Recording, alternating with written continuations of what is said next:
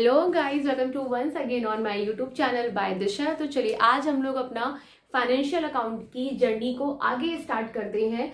इससे पहले वाली वीडियो में मैंने आप लोगों को इंट्रोडक्शन पार्ट बताया था, जिसमें मैंने आपको trading and profit and loss account का फॉर्मेट और बैलेंस शीट का भी मैंने आपको फॉर्मेट बताया था। ठीक है, आज मैं आपके लिए डीके गोयल का फुल फ्लेज क्वेश्चन लेके आई हूँ, जिसमें हम लोग ट्रेडिंग अकाउंट भी बनाएंगे, प्रॉफिट एंड लॉस अकाउंट भी बनाएंगे, साथ ही साथ बैलेंस शीट भी बनाएंगे। तो बिल्कुल सामने सामने सारी चीजें सीखने वाले हैं वो आज हम लोग। तो क्वेश्चन आपके स्क्रीन पे अपेयर हो जाएगा। क्वेश्चन है, following is the trial balance of Shri Damodar Prasad as at 31 March. ठीक है, तो अच्छा, मेरे इस चैप्टर को कराने का तरीका थोड़ा सा अलग है। मैंने क्यों फॉर्मेट बना के रखा है, बिकॉज में जो जो आइटम पढ़ते जाएंगे हम लोग ट्रायल बैलेंस के, और उन्हें पढ़ के हमें लगेगा कि वो कहाँ जाते हैं, हमें उन्हें वहीं भेज देना है। ठीक है, तो मैं आपको ऐसे नहीं कि भैया सुनो पहले ओपनिंग स्टॉक लिखना है तो पहले ढूंढो ओपनिंग स्टॉक कहाँ, नहीं, पहला आइटम पढ़ा। अगर मुझे मान लीजिए पहले आइटम में पढ़ के लगाओ लैंड एंड बिल्डिंग, क्या है बताओ, लैंड एंड बिल्डिंग एसेट्स है, तो बना के रखा है, भेज दो तुरंत, ताकि एक एक सीढ़ी खत्म करते हुए चलते हैं। तो चलिए, सबसे पहले हमारे पास इस क्वेश्चन में क्या दे रखा है, स्टॉक 1 अप्रैल। ठीक है, तो भैया 1 अप्रैल का स्टॉक क्या है, that is our opening stock. Opening stock कहाँ जाता है, ट्रेडिंग अकाउंट के डेबिट साइड में। क्या लिखेंगे हम लोग, to opening stock. So student, मेरा बोर्ड थोड़ा सा छोटा है तो मैंने बहुत मुश्किल से अरेंज करने के लिए आपके लिए मैंने इसको कोशिश करी है। तो वैल्यू हमारी कितनी है, 10,000। देखिए मेरे साथ इस क्वेश्चन को करते हुए चलिए साथ में। फिर क्या लिखा है, परचेज। ठीक है, परचेज कहाँ जाएगा, सामान बचा है तो ठीक है, नहीं बचा तो खरीद के लाएंगे। तो क्या लिखेंगे उसके बाद, टू परचेज। ये भी हमारा कहाँ जाता है, ट्रेडिंग में। कितने की परचेज है हमारे पास, 58,000 की। पहले इसे अंदर लिखेंगे, क्यों, क्योंकि हमें पता है कि हम परचेज में से परचेज रिटर्न लेस करते हैं, तो अगर हमें कोई रिटर्न मिलेगा तो बाद में लेस कर देंगे। ठीक है, तो इसीलिए परचेज की अमाउंट सबसे पहले कहाँ लिखेंगे, अंदर लिखेंगे। नेक्स्ट दे रखा है वेजेस। वेजेस क्या है, एक डायरेक्ट एक्सपेंडिचर है। डायरेक्ट एक्सपेंडिचर कहाँ आता है, ट्रेडिंग अकाउंट में आता है। ये ट्रेडिंग ही तो बन रहा है। क्या लिखेंगे, टू वेजेस। क्या वैल्यू है इसकी, 2,000। ठीक है, फिर आगे चलते हैं, return inward. Return inward sales return होता है। तो मैंने कहा था हम लोग यहाँ पे क्या लिखते हैं, बाय सेल्स लिखते हैं, और उसमें से क्या लिस्ट करते हैं, सेल्स रिटर्न। तो मैंने S/R लिखा है, और सेल्स रिटर्न का दूसरा नाम रिटर्न इनवर्ड होता है। ठीक है, तो मैंने SR लिख दिया है, सेल्स रिटर्न। तो रिटर्न इनवर्ड हमारे पास कितने का है, 3520। तो 3520, ठीक है, लेस कर लेंगे जैसे हमें सेल्स मिलेगी। देखिए इससे क्या हो रहा है ना, जब मैं एक एक फिगर को पढ़ते हुए जहां जो जा रहा है वहां हम लोग भेज देंगे, तो अब हमें ऊपर कुछ देखने की जरूरत ही नहीं है। क्यों, ऊपर के वो सारे आइटम को हम लोग ऑलरेडी पोस्ट कर चुके हैं। नेक्स्ट दे रखा है कैरेज ऑन परचेज। तो कैरेज ऑन परचेज हमारा डायरेक्ट एक्सपेंडिचर होता है, क्योंकि हम लोग जो सामान खरीद के ला रहे हैं उस पर भाड़ा पे कर रहे हैं। और उसके नीचे दे रखा है carriage on sale. Carriage on sales, जो देखिए सामान अगर परचेज करते वक्त जो खर्चे पे करेंगे वो डायरेक्ट होगा, और बेचने में जो खर्च करेंगे दैट इज इनडायरेक्ट। इनडायरेक्ट हो तो कहाँ आएगा, पीएल में, और डायरेक्ट है तो ट्रेडिंग में। तो दे रखा है carriage on purchase, direct expenditure है, लिख दीजिए टू कैरेज ऑन परचेज। ठीक है, कितनी वैल्यू का है हमारा, 2360। चलिए आगे चलते हैं। उसके बाद हमारे पास दे रखा है carriage on sales. Carriage on sales indirect है। तो क्या, तो मैम, तो मैंने कहा मैं मान के चलती हूँ कि मेरा ग्रॉस प्रॉफिट यहाँ इतने तक में मेरा ट्रेडिंग बन जाएगा। अब यहाँ से क्या बनेगा, पीएल।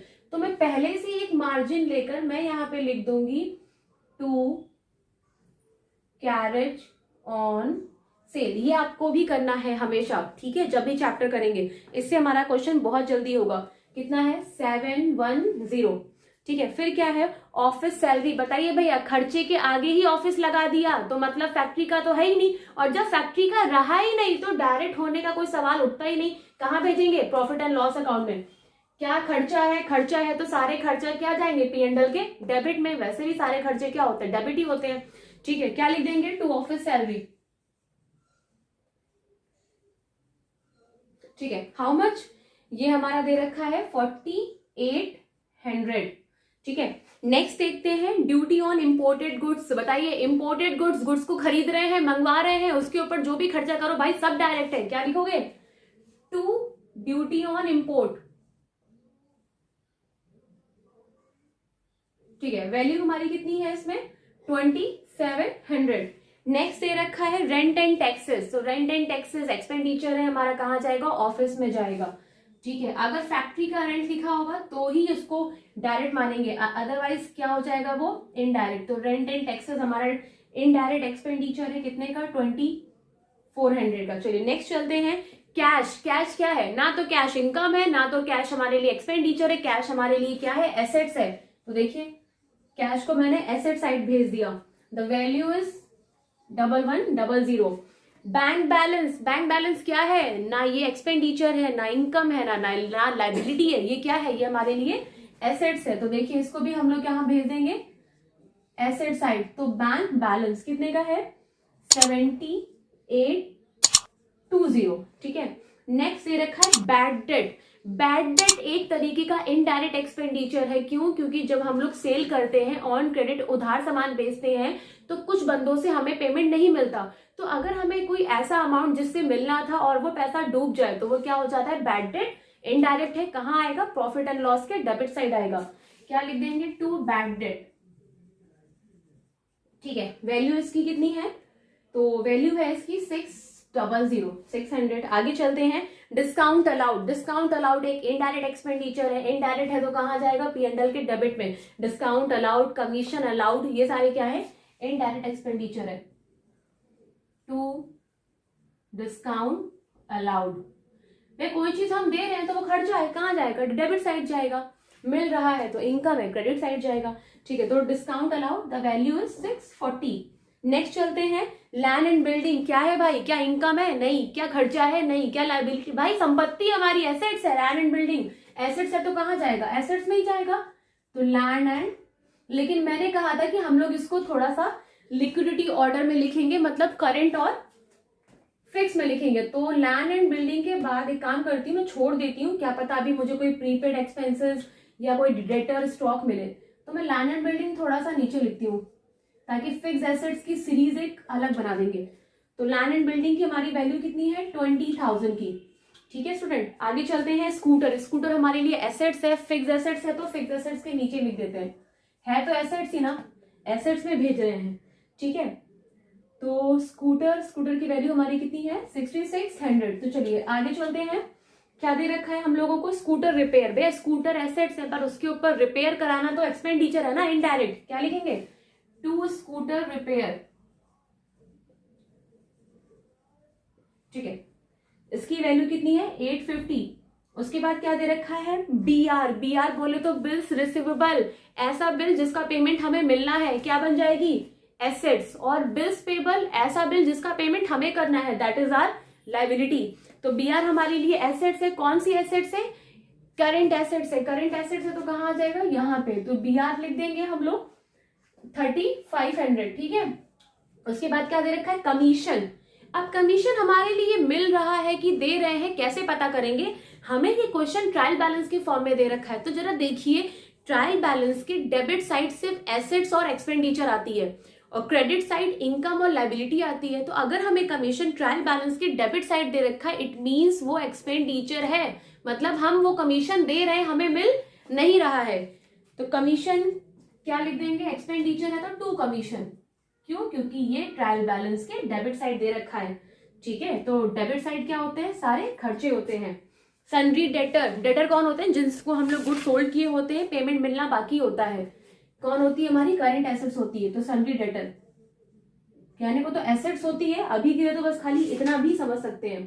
ठीक है, तो कितने का है 25,400। नेक्स्ट फिगर है हमारी interest on loan. Interest on X loan, मतलब हमने कभी इन फ्यूचर एक्स से लोन लिया होगा, उसके लोन पे आज हम लोग इंटरेस्ट पे कर रहे हैं। तो वो क्या है हमारे लिए, एक्सपेंडिचर है। कहाँ चला जाएगा, यहाँ पे। क्या लिखेंगे, to interest on X loan. Value कितनी है हमारी 1500। नेक्स्ट चलते हैं ड्राइंग। ड्राइंग वाला सेंस अगर याद रखिए, मैंने अभी आपको फॉर्मेट बताया था इससे पहले वाले वीडियो में। मैंने कहा था कैपिटल में ऐड करते हैं हम लोग नेट प्रॉफिट और लेस करते हैं क्या, ड्राइंग।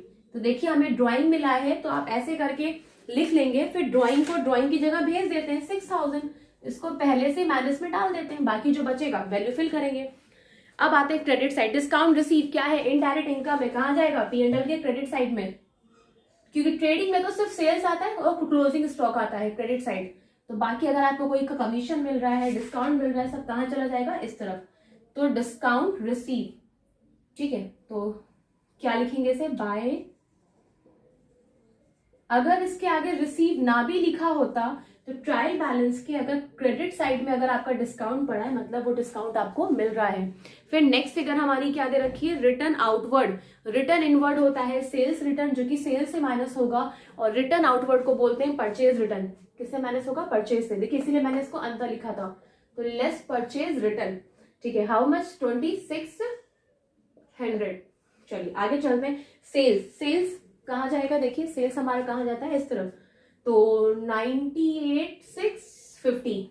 फिर क्या दे रखा है, बिल्स पेबल। BR अगर हमारे लिए करेंट एसेट्स थी तो बिल्स पेबल क्या है, करेंट लाइबिलिटी। तो क्या लिख देंगे, बिल्स पेबल हमारी लाइबिलिटी है तो लाइबिलिटी में भेज दीजिए। तो वैल्यू कितनी है, 3000। फिर हमें दे रखा है सनरी creditor.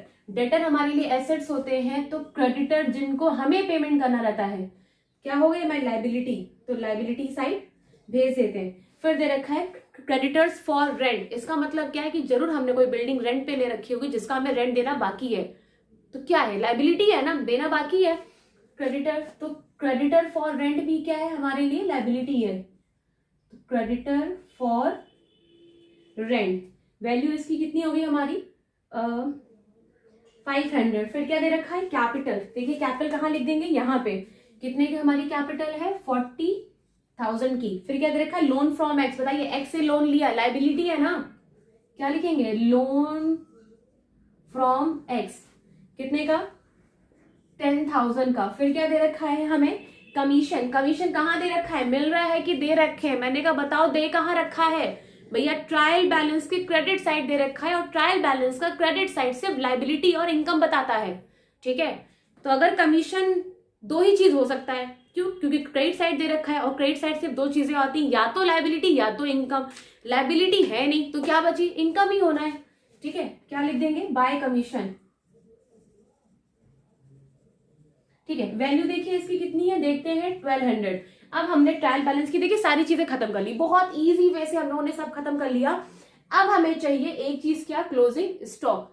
Closing stock trial balance के बाहर दिया होगा, तो देखिए दे रखा होगा the stock on 31 March was 22,000। अगर क्लोजिंग स्टॉक हमारा ट्रायल बैलेंस के बाहर दे रखा है तो दो जगह जाता है, कहाँ, एक बार ट्रेडिंग के क्रेडिट साइड में, दूसरी बार कहाँ जाएगा, एसेट्स। आप फॉर्मेट देखेंगे तो मैंने फॉर्मेट में आपको बैलेंस शीट के फॉर्मेट में क्लोजिंग स्टॉक दिखा रखा है। तो एक बार कहाँ लिखेंगे, बाय क्लोजिंग स्टॉक, ठीक है, कितना, 22,000। फिर यही क्लोजिंग स्टॉक कहाँ लिख देंगे, बैलेंस शीट में एसेट साइड। क्या लिखेंगे, क्लोजिंग स्टॉक 22,000। बस इसका मतलब मैम अगर बाहर दे रखा है तो आपने बोला, अगर ट्रायल बैलेंस के अंदर ही दिया होता तो, अगर क्लोजिंग स्टॉक ट्रायल बैलेंस के अंदर दिया होगा तो सिर्फ और सिर्फ एक जगह जाएगा, कहाँ, बैलेंस शीट में एसेट साइड, तब यहां नहीं आएगा। तो देखिए एक रूल है कि ट्रायल बैलेंस के बाहर जितनी भी चीजें दी होती है सब दो जगह जाती हैं, वो हम लोग पढ़ेंगे एडजस्टमेंट में। तो अभी तो फिलहाल क्लोजिंग स्टॉक ही हमारे लिए एक एडजस्टमेंट फिगर है, जो ट्रायल बैलेंस के अगर बाहर दे रखा है तो एक बार कहाँ दिखाएंगे, ट्रेडिंग अकाउंट में क्रेडिट साइड, और दूसरी बार बैलेंस शीट में एसेट साइड। तो चलिए अब हम लोग आंसर निकालते हैं। देखिए आंसर कैसे निकालेंगे, देख के ही पता करते हैं कि कौन सा साइड ज्यादा आ रहा है। तो पहले जरा सेल्स में से सेल्स रिटर्न लेस कर दे, तो 98,650 माइनस 3,520, इट कम्स टू 9,5,130, ठीक है। तो और इधर का 58,000 माइनस परचेज रिटर्न 2,600 का लेस कर दें तो 55,400। तो देखिए इधर ऐड किया, लेस करेंगे, इस साइड डिफरेंस आएगा तो वो हमारा क्या होगा, ग्रॉस प्रॉफिट, क्योंकि यही साइड ज्यादा दिख रहा है, 95,000 है। तो चलिए क्या करेंगे, पहले लाइन ड्रॉ कर देंगे ऐसे हम लोग इक्वल में। तो पहले इन्हें ऐड कर लें, तो 95,130 प्लस 22,000, इट कम्स टू 117130। तो टोटलिंग ज्यादा होगी जिस साइड की, उसको दोनों तरफ लिख देंगे, मतलब इस साइड की टोटलिंग कम है, तो मैं इसमें से ये सब लेस कर देती हूँ, ठीक है। कितना, 10,000 लेस कर देते हैं, 55,400 लेस कर देते हैं, 2,000 लेस कर देते हैं, 2,360 एंड 2,700। तो प्रॉफिट हमारा ग्रॉस प्रॉफिट आ रहा है 44,670। तो देखिए हमारे बुक से मैच कर रहा है। क्या लिख देंगे हम लोग, टू ग्रॉस प्रॉफिट CD कितना 44,670। ठीक है, फिर इसी ग्रॉस प्रॉफिट को कहाँ लेके जाएंगे, प्रॉफिट एंड लॉस अकाउंट में। क्या लिखेंगे यहाँ पे, बाय ग्रॉस प्रॉफिट BD कितना 44,670। अब क्या करना है, सेम जो ग्रॉस प्रॉफिट निकालने के लिए क्या, वही नेट प्रॉफिट निकालने के लिए करेंगे। यही साइड ज्यादा दिख रहा है, इन्हीं को पहले ऐड डाउन करते हैं। Plus 750 plus 1200 it comes to 46,620। और यही टोटलिंग मैं यहाँ पे भी लिख दे रही हूँ। अब इसमें से ये सारे एक्सपेंडिचर इनडायरेक्ट चलिए लेस करते हैं। तो पहला एक्सपेंडिचर हमारे पास कितना है 710, फिर 4800, फिर 2400, देन 600, फिर लेस 640, देन लेस करेंगे 850, देन 1800 एंड देन लेस करेंगे 1500। It comes to 33,320। तो देखिए हमारा नेट प्रॉफिट भी आ गया। क्या लिख देंगे, टू नेट प्रॉफिट कितना 33,320। और इसी नेट प्रॉफिट को कहाँ ऐड करते हैं, कैपिटल में। तो 33,320। अब क्या करना है, बस बैलेंस शीट मैच होनी चाहिए। तो पहले एक काम करें, ये 40,000 में 33,320 माइनस 6,000, इनका भी जरा फिगर लिख दें 67320। चलिए बैलेंस शीट मैच कराते हैं, तभी हमारा क्वेश्चन सही माना जाता है। तो 6 plus 10,000 plus 500 plus 5,600 plus 3,000, so it comes to 86420। चलिए वहां का तो 1100 7820 3500 25 400 22,000 20,000 और 6,600, तो 864। तो देखिए बैलेंस शीट हमारी मैच हो गई। सो स्टूडेंट, हम लोगों ने ये क्वेश्चन 17 मिनट में किया है, वो भी तब जब मैंने आपको ये एक पहला क्वेश्चन मैंने इस मतलब चैप्टर से मैंने आपको कराया, जिसमें मैंने आपको समझाते हुए कराया है। तो सोचिए अब जब नेक्स्ट क्वेश्चन करेंगे तो मैं ये मान के चलूंगी कि आप समझ चुके हैं।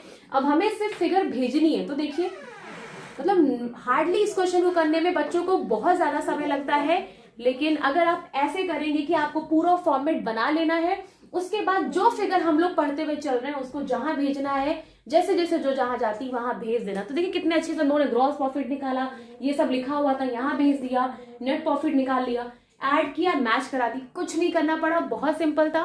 तो चलिए नेक्स्ट वीडियो में नेक्स्ट क्वेश्चन मिलेंगे डीके गोयल की बुक से। तो अगर वीडियो अच्छा लगा हो तो प्लीज लाइक करें, सब्सक्राइब करें और शेयर करें। Thank you.